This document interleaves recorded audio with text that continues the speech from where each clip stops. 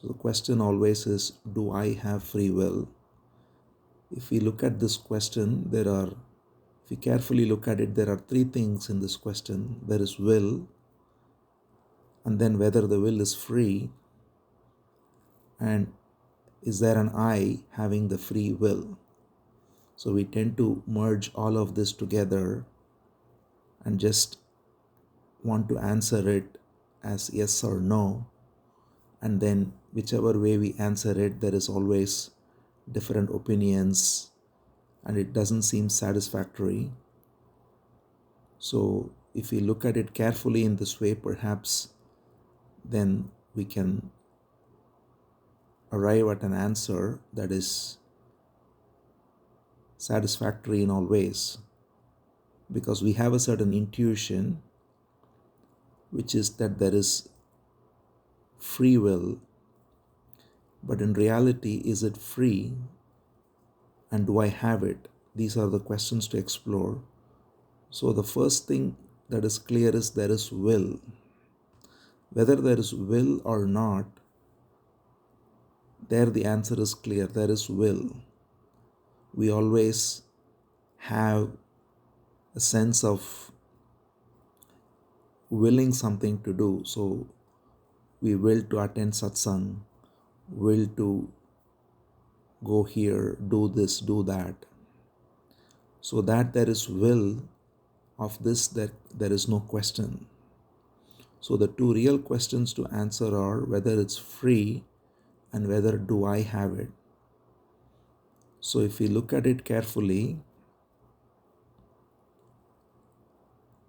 if something is free, that means it's not conditioned by anything. That which is completely unconditioned alone can be called free. So when I exercise will, the apparent will that is involved in any action, that will is determined by all the various factors that are part of the memory structure that is causing the will to come forth. So it is the entire ground of knowledge that is there that produces this notion of will. So if something is determined by the past, then that is where the question comes whether it is free then.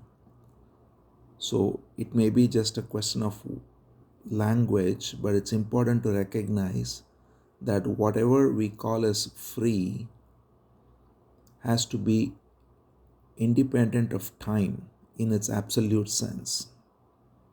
Because if it's dependent on something that is in the past, and it's not just dependent, it's entirely dependent, because one cannot will something that is outside the realm of knowledge.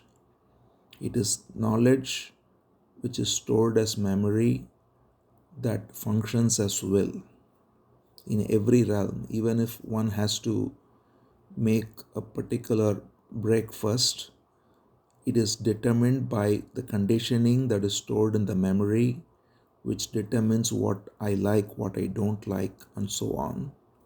And therefore, the past memory completely determines the content of the will. So this is one thing to be very clear about. And the second thing is, I have free will, we say. The question is, do I have free will? So is there an I there at all? So when there is will, a decision is being made. Who's making the decision? Is there a separate entity who's making the decision, or is the decision simply a product of memory? Again, which ties to the question of free as well, because if actions happen based on the stored knowledge that is there, the intelligence that comes out of the knowledge that is there, then is there anyone having the ownership of this so-called will or free will, so-called free will? Because there is spontaneous action, and even that spontaneous action happens from the ground of simple intelligence of being. So every action that happens because of this intelligence that makes us speak and think and speak and act.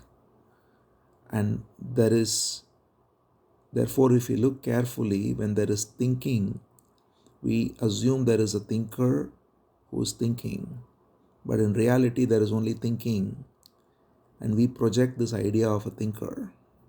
Same with speaking, we project a speaker, and same with therefore willing. We project someone having a will, but in reality there is only the will, and there is no I separate from the will to say I have this will. And this is something to be looked carefully, because when we separate from will is in fact nothing but a particular form of thought which makes a determination to act. So will is essentially thought. So it is the same as any thought. Will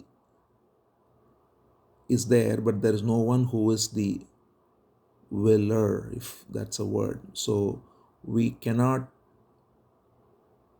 take ownership and say I have the will, because the willing happens just as thinking happens based on the stimulus that is there and based on the knowledge that is there. And when there is two competing choices, for instance, and there is deliberation between the two choices, all of this thinking happens, but that thinking happens on the ground of memory, knowledge, intelligence, but there is no separate entity as a I who is doing this. There is only the thinking, and therefore at any given moment what we call as I is nothing but the product of that particular moment's activity. So we use the word I as a pronoun to refer to the activity of this body mind, but in reality it is a constantly changing entity. So it is, we can use the word I, but we have to be clear that there is no fixed I. The I is always being regenerated each moment at the level of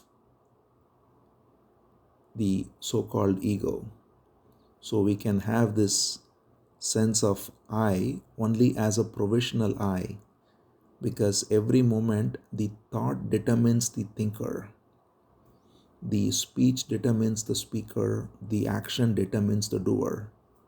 Therefore, there is only the doing, there is no doer. The doer is only a provisional linguistic expression of the doing. And therefore, the same is true with thinker or the one who wills. The I claim is only a expression of the will itself. All there is the will. There is no one having the will. And it is not free either in the sense of being free of time, because will is determined completely by the past. So if this is clear, then we can perhaps be free of many knots that are there. One is, it is not to deny will itself, because will is always there, because the question automatically comes, if there is no free will, then how do I decide what to do? Because we naturally decide what to do based on will. The only question is whether it's free and whether there is an I having it. If we unpack those two and recognize that both of those are not sound, it's neither free nor is there an I having it. There is only the will. And the will expresses itself based on the intelligence that is there. So when we have wisdom, when there is the exposure to, in any field that is true, even it doesn't matter. So when one is engaged in any field of activity, the more knowledge that is there, the better the decisions are. So it is knowledge that determines the decision. So we can be a better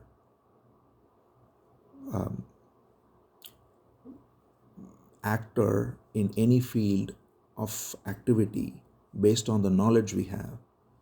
And therefore, there is will that is determined by knowledge, but it's neither free nor is there an I having it.